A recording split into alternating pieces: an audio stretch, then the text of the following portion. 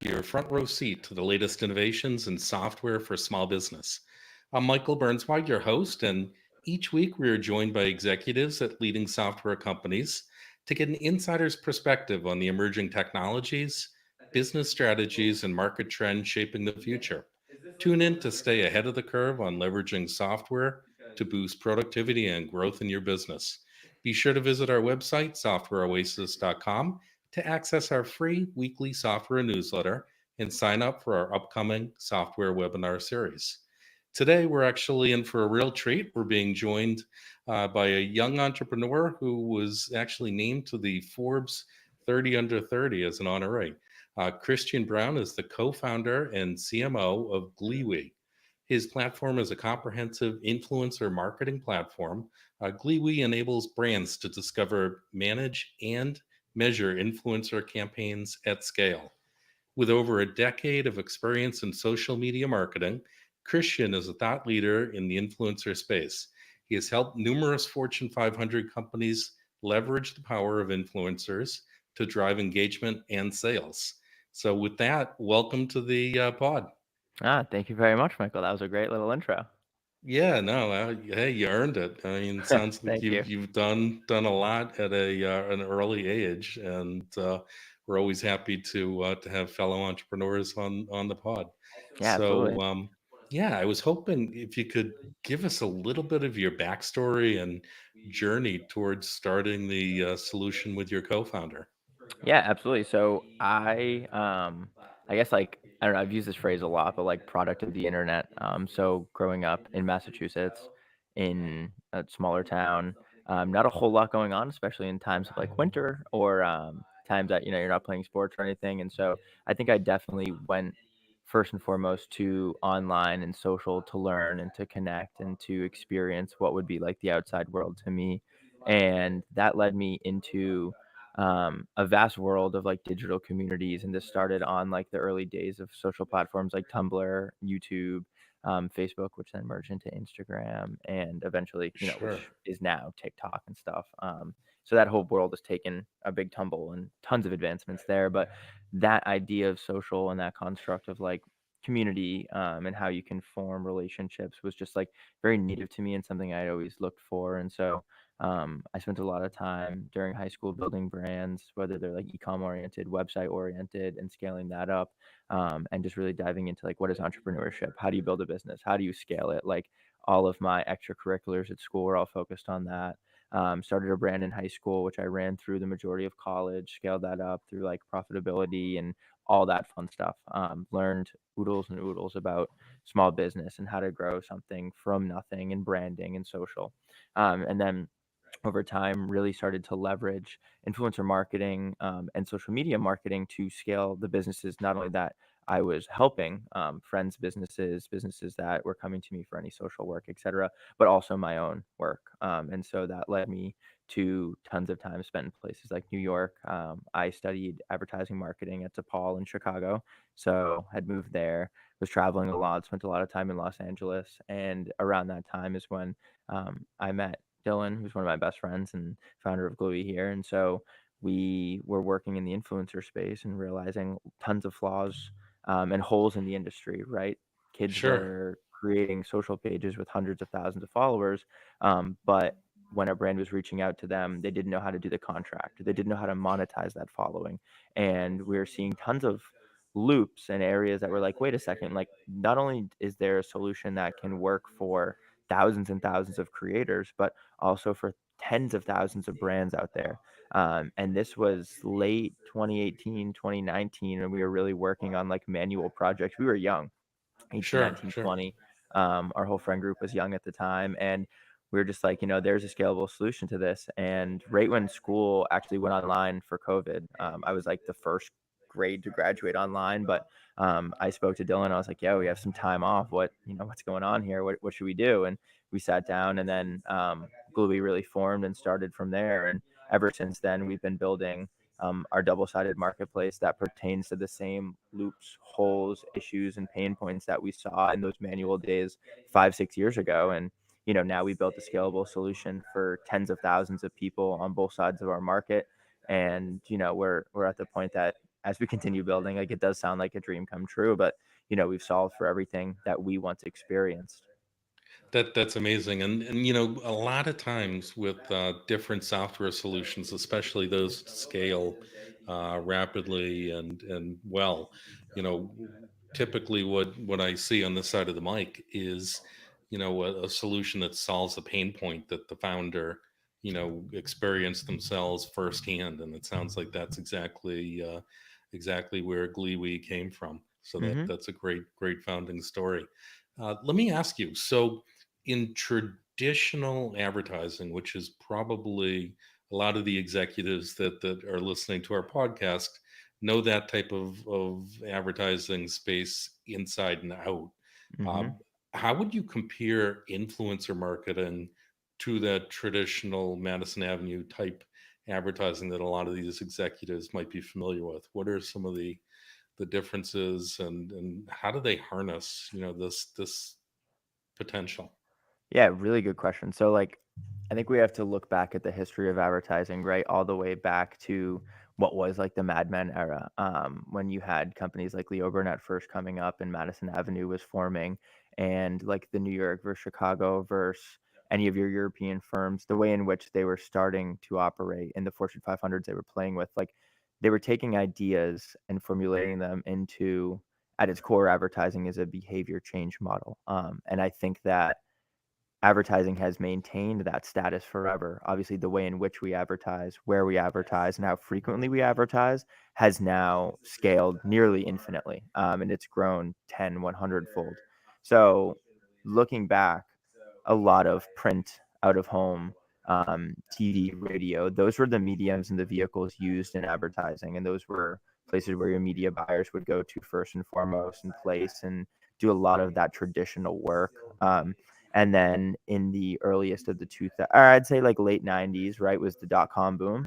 Sure. And then that's earliest of the 2000s is when you had digital placements. So like the first blogs were coming out, and then people were creating DSPs, and they were putting ads into display networks that would put it on the newest, biggest blog or a news article or something like that. So you had display ads that were no longer just physical, out of home, whatever. So you added a new layer into media buying. Then came social media, right? So then Facebook came out, and with Facebook, they became the behemoth of social ad placing. And it used to cost pennies on the dollar to place on Facebook, and now it's a bajillion dollars to get your ad in front of someone because of Sure. competition and stuff. But like, that disrupted the industry because now your everyday people could place ads on Facebook. So now it almost like democratized how to place ads, and it allowed for like the big ad firms to have to work with like just your biggest clients and take on those big budget projects, and then small ad firms, companies, agencies, teams could actually form out of that. um, and Instagram then buys, or Facebook buys Instagram for $1 billion. We now saw TikTok come out. We've seen new social platforms come rise to the top. We've seen Snapchat's entire progression throughout life, and their whole entire run. And we've seen the social platforms be created, but also be used by advertisers. And so social post.com boom was like what I envisioned to be like the final step from like a true technological perspective. And then on social, that's what birthed influencer marketing. So as you create new pages on social and grow this following, you can now work directly with the influencers as if they are their own advertising vehicle. And Sure. as a brand, you can work directly with them. And instead of saying, hey, Meta, I'm going to give you $1,000, place my ad anywhere on the internet in front of these types of people, or I'm going to post a ad or put a banner on Forbes.com because Forbes has a user base and a viewer base like X, Y, and Z. Now, what you can do in a similar format is you can work directly with influencers and say, hey, influencer Jenna, we know that you have 100,000 followers and 90% of them are all female. Of that 90%, 85% are Gen Z. We have a product for Gen Z females. So it would make sense for this creator to act almost as the advertising agency because they're Right. creating the content that fits for the audience, and they're deploying that content to their social media page. Now that content can look and feel authentic, it can look and feel organic, and it can look and feel like it's not an ad. And so, to answer the original question, influencer marketing is not here to disrupt how a traditional advertising flow would work. it's here to add another arm or another layer to the marketing and advertising campaigns that is much more testimonial based, much more evergreen, and much more real. Because influencer marketing is Sure. meant to not feel like an ad, but it is just another ad. Yeah, so it sounds like a true complement to traditional advertising and just a different vehicle for delivering the messaging in a more authentic way. Absolutely. So before we get too geeky and too much into the tech and the business end of things, I would be remiss if I didn't ask you a question that my teenage daughters wanted me to ask, and Okay. I need to ask who are some of the top influencers on the platform that they would know? Oh, okay. So, trying to think. So they would definitely know like your Charlie D'Amelio's, your Addison Rays. We don't work directly with them. We work with like a lot of agencies that represent them. Sure. Um, Logan Paul, Jake Paul, some big names. Ted Czar's a huge creator that's worked with our platform a ton of times. Well, that's We have a fun. creator named Ken Bunny who's done like 100 deals on our platform. Emmy award-winning actress and musician. We have the Dobre twins, which have like well over 80 million followers out in LA. We have, Sure. of like the little north of 10,000 influencers that are active on the platform, they do span over 3.5 billion followers. So we have Wow. people anywhere at the 10,000 follower range all the way up to like the 40, 50 million follower range. That's crazy. And I'm just praying that whichever influencer had anything to do with my daughters purchasing Stanley mugs, I'm hoping that they're Ah, not on the okay. I mean, platform. it might not even be them. Stanley is a incredible brand, a 114-year-old brand, I think the exact number is. Yeah, isn't it And crazy? they have had a phenomenal turnaround in the past 24 months. Also credit to their CEO, who is the old CMO of Crocs. So he made Crocs cool. Oh, there you go. And yeah, he moved over to Stanley. He's actually done a big amount of work to making Stanley cool. I don't know if you know this, a girl's car blew up. And there was a video that she posted on TikTok, and though the car blew up, the Stanley mug did not. Yeah, And she posted it. I heard about that, and yeah, Yeah. so there you And go. then the CEO jumped in and he said, "Hey, listen, we're going to buy you a car. We're going to replace that car and we're going to get you a new Stanley Cup." That got 150 million organic views. Yeah, So and at the end of the day, it's a matter of, it's being authentic, it's creating a genuine and real connection, and I yeah. think that's probably, from where I sit on the podcasting end of things, probably one of the misunderstood elements of podcasting is that, the medium is a great way to engage at a deeper level with your audience, Hmm. and the same thing with social media and social influencing. Yeah, Now, absolutely. so as far as now we can geek out on some of the tech. So Okay. obviously the solution is engaging with a younger audience as far as I'm assuming Hmm. many of the influencers are a younger generation. Can you help us understand, in traditional advertising, there are a lot of layers between the companies and the advertising agencies and all of that. Is it a much flatter scenario in terms of influencer marketing, especially with a platform like Glewee?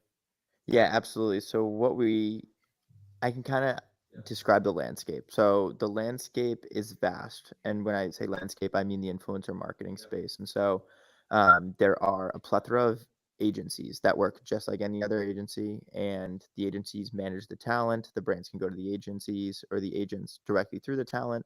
Kind of like how you would go to a talent agent to book for a commercial or for a movie or something like that. So that has existed for the longest time. Your companies like RCA and CAA, your big talent firms, they have influencer marketing legs that they do is the exact same thing. That's kind of like over here on the left hand side. In the middle is kind of your hybrids where there's like it's platforms, but they cost like 10 grand quarterly, right? And you have to spend this big ticket and you're going in and you're working with these big budgets and it's like it's really an agency, but they've wrapped it up in their tech platform. And then what we've done is we've flattened that entirely. And over on the right side, the right hand side where we sit, Glewee is a self-service platform that actually is free to use. So it's a PLG model. And Okay. what happens is the brands have the ability to join our platform and launch a campaign. So whether you're a brand owner, a brand marketer, a social media influencer manager, any title that really pertains to sales and growth and marketing, that's kind of the type of people that join our platform on the brand side. And each brand has their own account and they create an advertising campaign. So we've actually taken elements of a true traditional ad campaign, like where are you placing it? What are you placing? What's your tagline? What's some media asset imagery, right? Like what is the campaign goal and objective? We've taken that and we've really brought it all the way down to a 4 simple screen process where a Okay. brand in 3 minutes can identify everything they need in their campaign, what creators they're looking for, the demographic intent of those creators. And as they launch that, it gets launched into our iOS app. So brands on web, creators on iOS. And now every single creator that meets the qualifications based on their location, their gender, their age, their follower count, and their niche gets a notification to their phone in real time that there's a campaign for X amount of money that's Right. eligible for them to be a part of. And so within about 3 minutes, we can see anywhere from 5 to 40 influencers some days apply for campaigns rather immediately and say, hey, I want to be a part of this with this brand. And so now the brand, without an agency at all, just that brand manager, brand owner, brand marketer, etc., they go into our platform and they work directly with the creators, and the creators work directly with the brand. And so, yes, there's a platform fee on both sides, and that Sure. is how we keep our lights on, and it's how I have this cool Glewee background behind me. Yeah. But at the same time, like we are giving the technological ecosystem to execute on these deals. So when a brand and creator say they want to work together, we auto generate a contract based on all parameters that we've collected in the campaign. We know what Right. day the content is due. If there's a product being shipped, we have the creator's address and they verify, yep, that's where they're at. The product can get shipped and tracked through us. The creator gets the content. They then create, or they get the product. They create content with that product based on the script or based on the brief that the brand has given them, which all happens in our platform. And Sure. then they submit that content for approval. The brand goes in, and whether they're approving one piece of content at a time, 5, 10, whatever, they go through, and it's a very, very easy Kanban board of like, yep, I like this. Oh, here's some feedback on this one. And then Yeah. the content, once approved, gets posted to social. We auto track all of the analytics on that post and we display those back to the brand. So we've removed the necessity of having an agency managing your influencer marketing or a firm that charges you 4 grand a month to work with a couple influencers. Like we've taken that away and we've stripped it down and we've given smaller brands, SMBs, direct to consumer brands, e-commerce brands, brands that are, not your Coca-Colas of the world. Admittedly, we Right. don't work with Coca-Cola. We work with the company 6 layers below Coca-Cola that's looking to make a new probiotic soda for the everyday Gen Z male and female. Or we work with the new skincare brand that's gender neutral and wants to pertain to 18 to 30-year-olds. So like we're working with the brands that have the goals and aspirations of being the next Fortune 500s, that Right. are Gen Z focused, that are social first, and that know how to do social media. And I think that it's it's a pleasure and a privilege when we get a brand of that caliber to work with us and really invest their efforts in our platform because the content that's created is amazing. The campaigns, the collaborations, all of it is just, it's a true marketing campaign that's all done through us. And we, as a company and as an organization, don't have to touch it. Like we just watch as it's going on through our platform Sure. and seeing the facilitation of that deal come to life in that true one-to-one format, or maybe it's one brand working with 20 creators. Once that campaign is done, we actually sometimes see brands will take the content from the creators and run it in ads on Meta or run it in ads on TikTok. And it's, it's just so cool to see that we have taken away the need for the agency. Now, if the want for the agency is there, I mean, we work with hundreds and hundreds of agencies, Mhm. and they offer influencer marketing for their clients, and they do it through us, and that's completely fine. But I think it's really cool that we have flattened it all the way down so that if you're a new SMB brand looking to invest in social and influencer marketing and digital marketing, you can choose influencer marketing, and we have an easy to use platform to do that.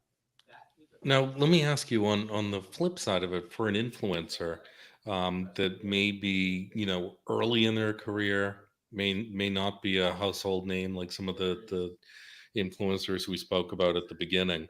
How does the whole ecosystem work for a smaller influencer who's just getting up and running? Yeah, so let's talk about some numbers here. So the preconceived notion with influencer marketing is that A, you need $3 million to do it, and B, Kim Kardashian's the only person you can work with. Like a lot of people just think that, oh, you got to go for Kim K, right? You got to go for one of these like household celebrity names. That really is not an influencer partnership. That's like a true celebrity partnership, right? That's getting posted everywhere. That's getting turned into out of home. That's getting displayed everywhere. Like those are bigger campaigns with massive budgets. What's happening in the influencer marketing world now is that the rise of micro influencers is really taking hold and staying strong. And so micro influencers could have anywhere from 10 to about 250,000 followers. And there's a couple degrees from like micro to mid-size in there as well. But these influencers are working to be as big as possible. They're working to find new brands that align with their wants and needs and affinities so that they can share those brands with their audiences, and they're looking to monetize little bits by little bits. And so brands on our platform, for example, work with influencers for as low as $100 and then as high as like 10, 15, 20,000 per post. So every single day there's about 10 or so campaigns that get published by brands saying, hey, I want one TikTok video for $100 each, or I want one Instagram video from 10 creators at $150 each. And so though you need 10,000 followers minimum per social to join our platform, we Right. see creators raise their hand for $100 campaigns all day long. And we've actually been able to bring some of the creators in our platform their first ever paid deal. So we're actually like bringing them and introducing them to like, hey, here's how you monetize your following. You can use our platform, use our marketplace, create content for brands. Everything is done for you. So to them, they don't have to really learn like how do you do all these things like the traditional influencer marketing route because we're bringing the solution to them. So it doesn't need to be big budget campaigns on the brand side, and you don't need millions of followers on the creator side to actually start monetizing that. Great. So at a high level, it really opens up the whole ecosystem on both ends. And I Absolutely. know one of the biggest challenges for brands, especially brands that are new to social, is trying to figure out how do I figure out my ROI? Mhm. How do I measure this? Are there any capabilities built into the platform that help measurement? So that is a topic that we think about and talk about nearly every single day. So first and foremost, ROI on return on investment. I think there's a very important word there, which is the investment. So the investment is time, resources, money, product, etc. That's what the brand is sending, and sometimes return is different than a monetary value.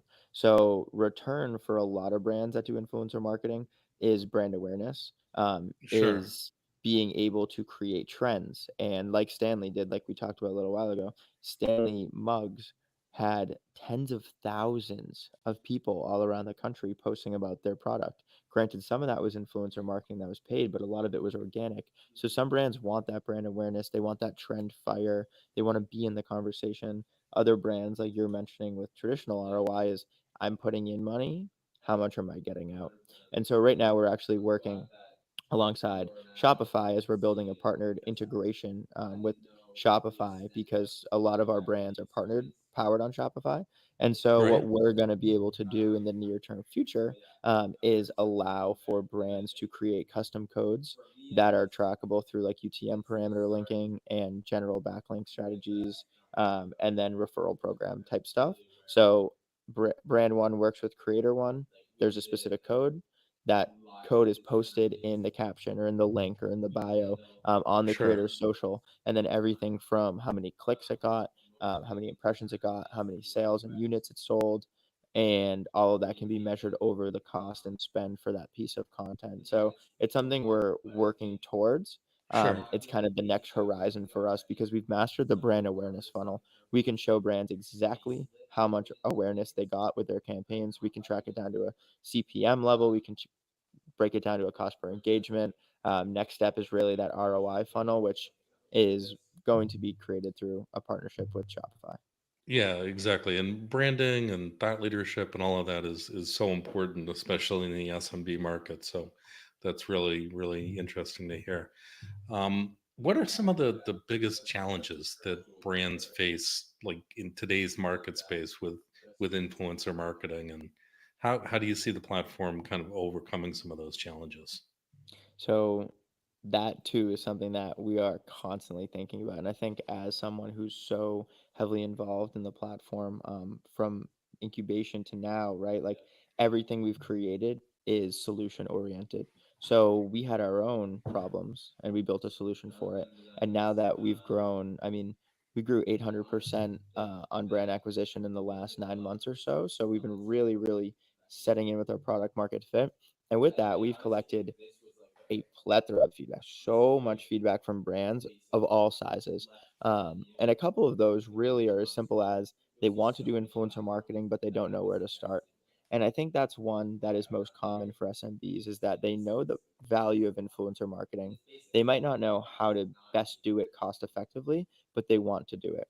And so our platform is meant to walk you through that process all the way from setting your campaign up, launching it, finding creators you want to work with, and then actually working with them. But I think that a lot of brands um, are still learning how to take influencer generated content and, excuse me, use that as marketing material Right, because right. when a piece of content is created, let's say it's a 15 or 30-second video. Let's say you're paying $200 for that. Well, now you have a piece of content you can run in social ads. You have basically a new video testimonial for your website. You can run that on your own social media posts. You can share that internally, externally, however you want to go about that. But like that asset itself is so multi-purpose that you can use it across all of your digital marketing suites. So I think that like our next layer of education is going to be towards how to take a piece of influencer generated content and use it as marketing material forever.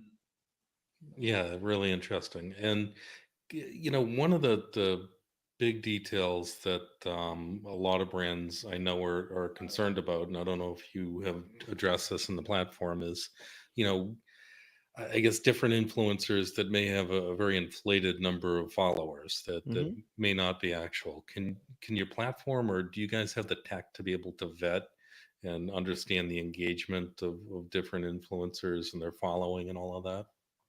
Yeah, so what makes Glewee special, and one of my favorite aspects of what we build here is the pre-vetted community. So in order to join our platform, creators and influencers download our app and they apply for our platform. In the application process, they identify what brands they've worked with in the past. They identify what their audience likes, the general age range of their audience, and then we see their socials. So every single applicant is vetted. So we look at per each social, we look at their follower count. We have tech that will show us what is the true engagement rate, what percentage of these followers are real, what percentage are active, what percentage are vanity and or robot accounts.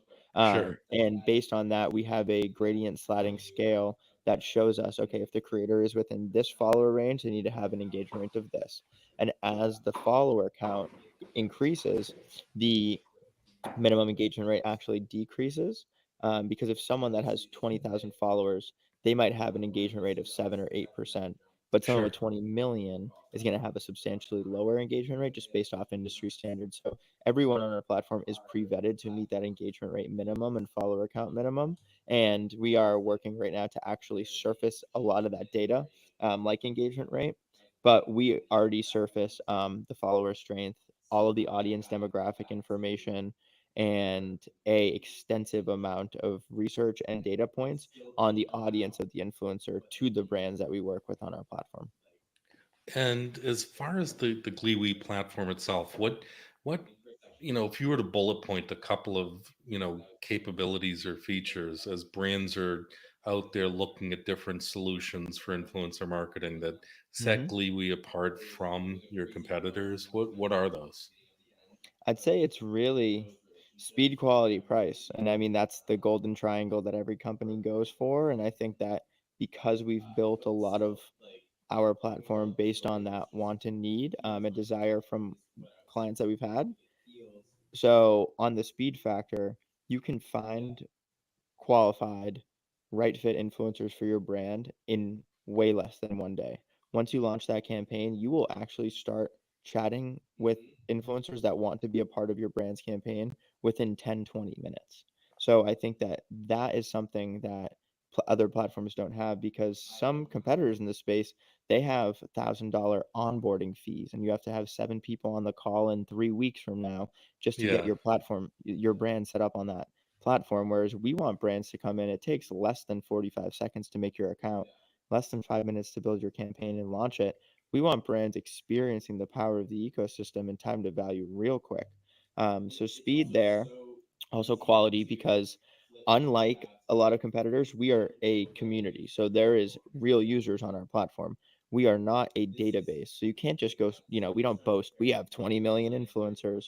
Um, like the database platforms. So like we have real people that want to work with your brand and do real work, instead of databases that cost thousands a month, that are like, yeah, you can search through 20 million influencers, but like when you find one, you got to just like hunt down their email and take this the good old fashioned way. So I sure. think that the quality there really helps set us apart. And then price. So with our free to use model, brands can launch campaigns and connect with creators, and the minimum starting price to get a piece of content posted to Instagram, TikTok, YouTube, Facebook, wherever, is only $100. And Okay. as you work more towards 300, 500, 1,000, yes, higher followed creators, um, and more creators are going to apply for those campaigns. But we've created a marketplace that allows for brands to come in with a low barrier to entry. And we want to promote that business, because other platforms won't take clients or brands that want to spend just $300 at a time. They require you to have a minimum of X thousand a month, per campaign. Sure. No, it fits very nicely for our audience of SMBs. So, a Hmm. couple of questions on the influencer side. So, one of the biggest challenges in traditional advertising has always been, companies expect to, pay in 30, 60, 90, 120 days. How quickly would an influencer get paid once they, produce the content and, submit their work? Okay, so when the post goes live, we want the money in their account within seconds. And that's what we built our platform to do. So I'll walk you through the process there. Sure. Um, the branding creator create an agreement, and in that agreement, it all happens automatically through our platform. In the agreement, it says that the creator is going to follow this brief and make content that will be approved by the brand, and they are going to post that content to a selected and specified social media page at a certain date and time. So let's say that I have to post, next Wednesday on Instagram for your brand. Well, I then go and I submit the content to you through our platform. It's been approved, so I know that I can post it. And then next Wednesday, what's going to happen is, once that post goes live, I will then take the link of that post and I will submit it back into our platform to validate that the post has gone live. What we do is, when the branding creator sign that contract, the brand actually pays in funds into escrow, and Okay. our platform validates that the work has been done and checks all requirements on the agreement level. Once validated automatically, those funds are released into the creator's account. And so we're really speeding up the time to value on the creator side, because we aren't focused on net 30, net 60, net 90 like a traditional industry model would be. We're more focused on, you did the work, the brand is happy, the brand now owns that content in perpetuity, and you get paid out for that. And now on to your next campaign. Great. No, you've really, really nailed it right there. That's fantastic. The other question for influencers: are there any, obviously in the industry, some of the bigger names have agents and this, that, the other thing, but is there any requirement for exclusivity, in terms of the platform and different influencers, or, how does it work there? No, so like the influencer marketing space is, it's very vast. especially with TikTok and the rise of TikTok over the past 4 years, creators are able to grow a follower count on TikTok in ways that was almost never possible on Instagram, just based on the For You page and everything. And so, Sure. with that, there are many, many, many more people out there that may have 10,000 followers, may have 100,000 followers, and being a by creators for creators first platform, we know that creators want work and we know that's their objective and that's how they're monetizing their social and that's how they're going to actually make a living. And so we want creators to find work everywhere they can, and we want them to monetize through an array of tools online, and we are just happy that they choose Glewee as one of their tools in their toolkit. Okay. No, that makes a lot of sense, and I'm sure that that is a relief for a lot of Hmm. creators out there that may be saying, "Hey, do I need to sign an exclusive contract or anything like Yeah, that?" no. And as far as the industry, what are you seeing for trends? I mean, clearly TikTok has come on super strong very quickly. I'm sure if you were sitting on Google's board, you might be nervous, but Hmm. there's a lot of different challenges in different spaces. But what are you seeing for trends in the industry? So I think there, even in the last 2 years, there's been a lot of trends. Short form content really took over. So TikTok made short form content the new king. If you think back 10 years ago, people used to sit down and watch 20-minute YouTube videos. I know I did. I would watch like funny long form videos. Now, Sure. if you ask, I think Michael, if you were to ask your daughters how quickly they scroll from one video to the next, they're going to say 7 seconds, right? Yeah, Because they get exactly. everything they need in that period of time. And so I think it's not a direct reflection of attention span shortening, but I think it's just like the hyperfixation on like content consumption. It's like I need more, I need more, I need more, and the Sure. endless scroll feeds that just allows for like, hey, I already 10 seconds in, I'm laughing. On to the next thing. Yep. So I know that in influencer marketing, what we call the hook, so like how you're introducing and like capturing the attention of the audience in the first 3 seconds, quintessential to the success of a video. So that's really important in those short form videos. Also, brands using what is called UGC. UGC stands for user generated content.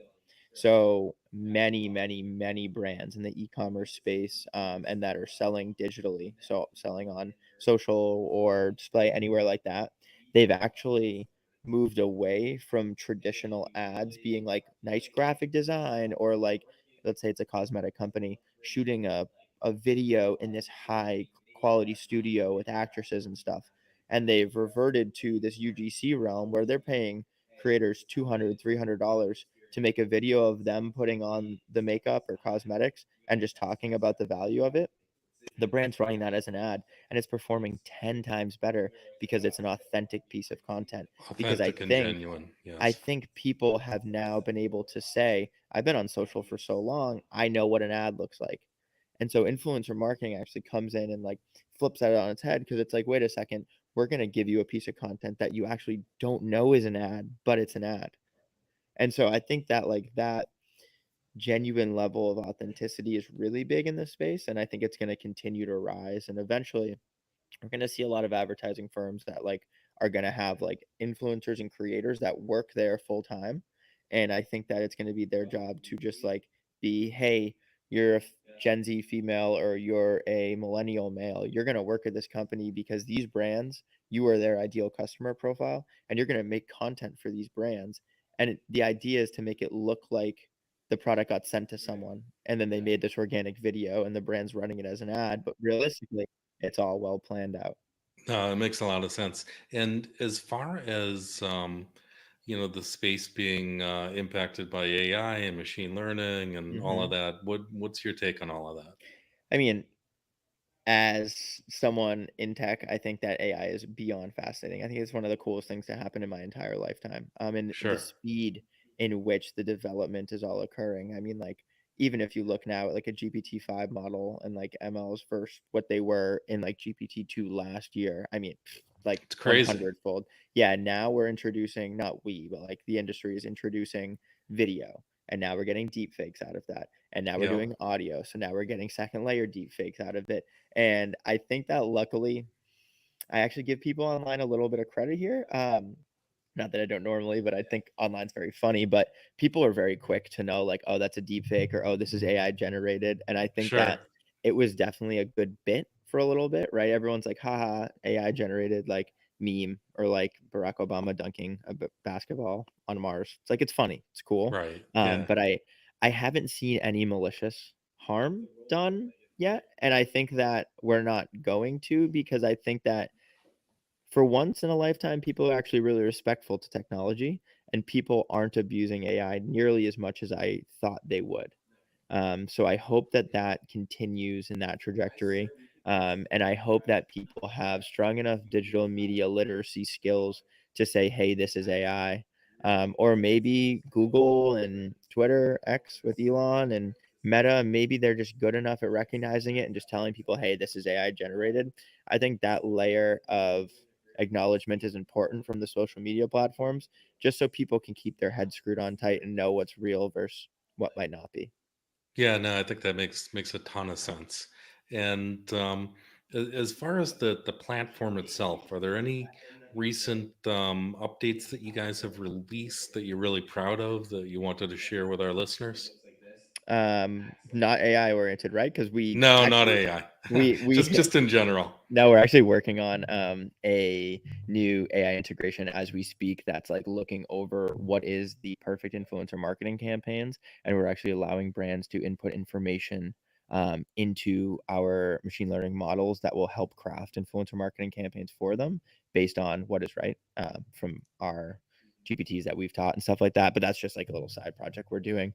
Sure. Um, Recent work, I'm trying to think. I mean, I would say that like not only just the platform itself, but on an acquisition front, we have grown so much in the recent months that I think it's just so cool to see that many months ago we had a couple campaigns posted a day, maybe 20 a week. So like new work going out into the deal board, where now we're up to 80, 100 new opportunities being posted every week.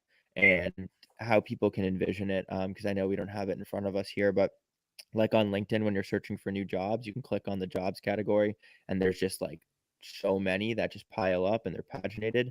We have a That's awesome.